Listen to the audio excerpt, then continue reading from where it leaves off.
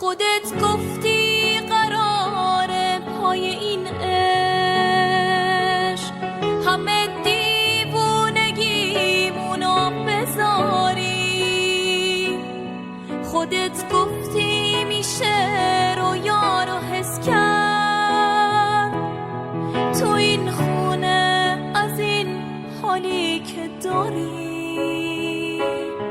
تو میخواستی که هیچ مرزی نمونه، خودت خواستی، خودت گفتی یکیشی. تو بودی گفتی لازمه یه وقتا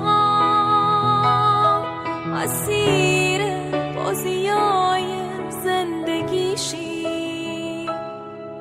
خودت مسبب خاطره هایی، تو این شب گریه ها رو شاد کردی. تکیه به شونه هم نکن، تکیه به شونه هم نکن، من از تو افتاده ترم. ما که به هم نمیرسیم، بس دیگه بذار برم. کی گفته که به جرم عشق یه عمری پرپرت کنم؟ کی گفته که به جرم عشق یه عمری پرپرت کنم؟ حیف تو نیست کنج قفس چادر غم سرت کنم. من نه قلندر شبم، نه قهرمان قصه، نه بنده حلقه به گوش، نه ناجی فرشته ها.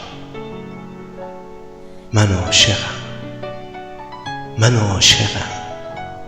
همین و بس. چجوری از تو برگردم نمیشه، منی که با تو برگشتم به دنیا. ببین این خونه که دنیای ما بود داره بیرون میشه با دستای ما. من از دنیای تو بیرون نمیرم، نگو فردای ما با هم یکی نیست.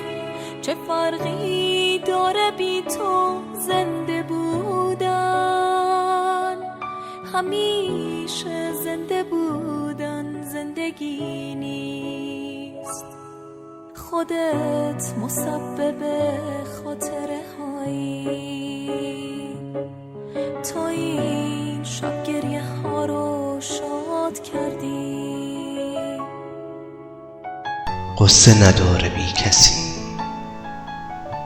قصه نداره بی کسی.